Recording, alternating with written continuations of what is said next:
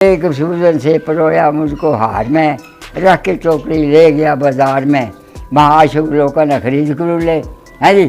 फिर रात को शेर सजाई गले पा के लिए जब सवेर हो ना तो फिर वो कहता है मिट गया जब रूप मेरा ताजगी जाती रही, काम जो से हुस्न की जब मेरी हंसी मिट चुकी, करके सीने से जुदा यूँ मुझको फेंका राह में, कैसी नफरत हो गई बस एक शब की चाह में है जी। कहता फिर मेरे ना ऐसी नफरत होगी, फिर नहीं देखिया मैं किधर राज से दी है, तेनों किधर टंग दी है या किधर रख लिया राज सुट दिया है।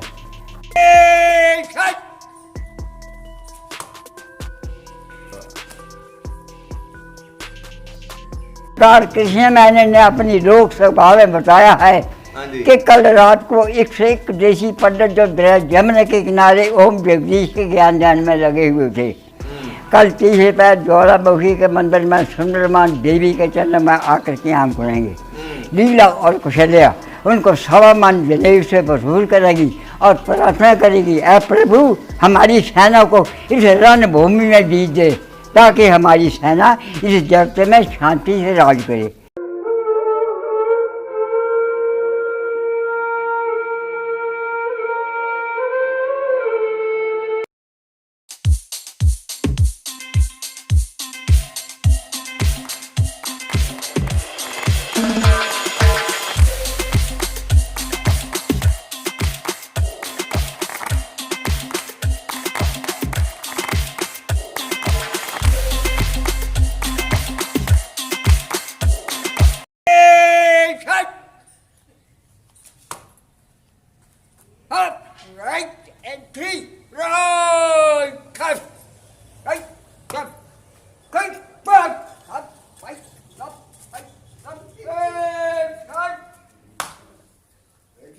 ਵਾਹ ਜੀ ਵਾਹ।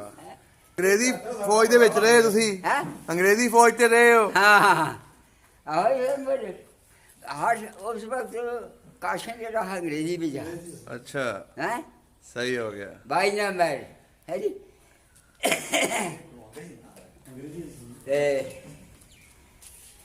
अगर स्लो मार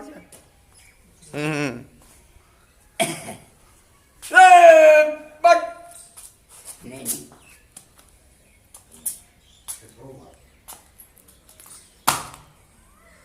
वाह जी वाह।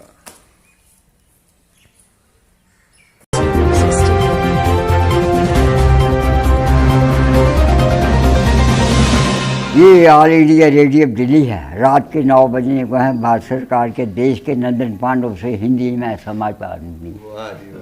भारत के प्रधानमंत्री मनमोहन सिंह ने लाल किला दिल्ली के फाटक के आगे भाषण देते हुए कहा कि परंतु काली देवी हमसे नाराज है। हमारे प्रजापति सरकार कृष्ण मैनन ने अपनी लोक सभा में बताया है कि कल रात को एक से एक देसी पंडित जो जमुना के किनारे ओम जगदीश के ज्ञान ध्यान में लगे हुए थे। कल तीसरे पैर ज्वालामुखी के मंदिर में सुंदरमान देवी के चरण में आकर के आम खुलेंगे। लीला और कुशल्या उनको 1.25 मन जनेऊ से वसूल करेगी और प्रार्थना करेगी, ऐ प्रभु हमारी सेना को इस रणभूमि में जीत दे ताकि हमारी सेना इस जगत में शांति से राज करे। कल 4 बजे कलकत्ता के गांधी ग्राउंड में देश के सूरमों देश की स्त्री में क्रिकेट मैच खेला जाएगा। देश के प्रधानमंत्री, विद्या मंत्री, मुख्यमंत्री, गृह मंत्री, रेल मंत्री, रक्षा मंत्री मेहमान खुसूसी होगी। वाह जी वाह।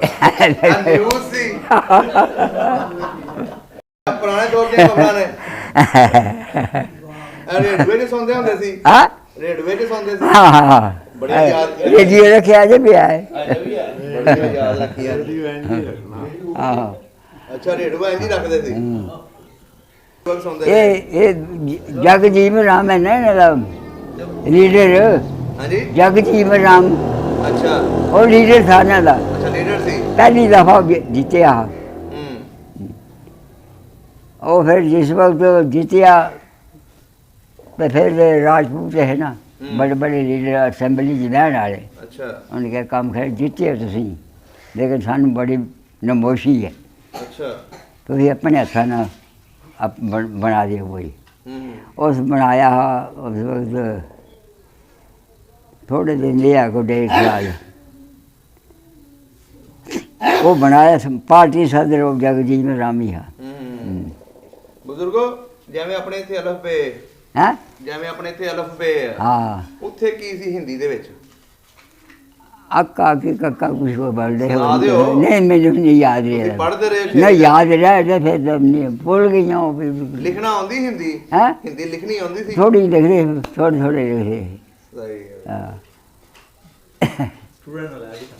ਆ रोड पे गुड़गांव करनाल अम्बाला शिमला कांगड़ा फियारपुर जलंधर लुधियाना लाहौर अमृतसर गुरदासपुर सियालकोट गुजरांवाला शेखपुरा गुजरात सरगोटा जेल रावलपिंडी अटक मियांवाली मिंटकुमरी लाजपत भंग मुल्तान मुजफ्फरगढ़ डेरा गाजी खां ਵਾਹ ये पंजाब ਦਾ ਇੱਕ ਸਾਜ ਤੁਸੀਂ ਲੈਣਾ ਨੇ ਇਹ ਤਾਂ ਅੱਜ ਬੋਲ ਰਿਹਾ ਮੈਂ ਹੁਣ ਤੇ ਉਮਰ ਤੁਹਾਡੀ ਹੋ ਗਈ ਹੈ ਹਾਂ ਬੜੀ ਗੱਲ ਹੈ 92 ਸਾਲ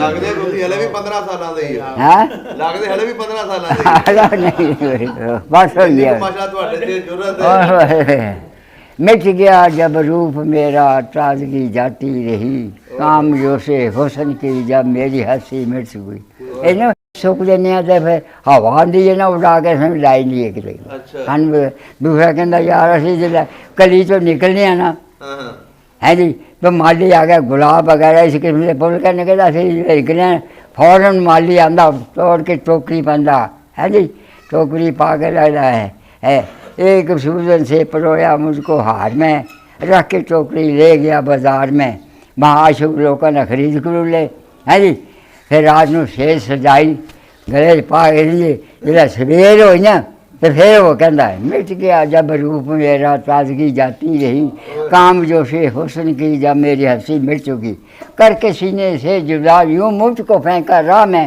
कैसी नफरत हो गई बस एक शब की चाह में ਵਾਹ ਜੀ ਵਾਹ है जी कहता फिर मेरे ना ऐसी नफरत होगी फिर नहीं देखा भाई किधर राज सजाई है तेन किधर टंग दी है या किधर रख लिया राज सुट दी है और फिर उन्हें तुम बड़ी शानदार बची ਕਮਾਲ ਹੈ है ਜੀ जी ਹੋਰ ਕੋਈ ਸ਼ੇਰ ਆਉਂਦੇ ਨੇ ਹੋਰ हैं? ਜਿਵੇਂ ਹੁਣ ਸ਼ੇਰ ਸੁਣਾਏ ਨੇ ਹੋਰ ਕੋਈ ਆਉਂਦੇ ਨੇ ਚਾਰ ਸੁਣਾ ਦਿਓ जब सुबह को चिड़ियाँ गाती हैं जब सुबह को चिड़ियाँ गाती हैं जब प्रेम के राग सुनाती हैं तब कलियाँ है खिल खिल जाती है तब तेरा पता कुछ चलता है इस शोर व शर की दुनिया में ਵਾਹ ਜੀ तो दूसरी पता की हिंदुस्तानी फौज बिच बलायट गई है इसलिए तो जर्मन वालियां होश जरा ना रही है साडी तोहफा है दूरों मार एक अंग्रेज का तरफ है ना हाँ जी है जी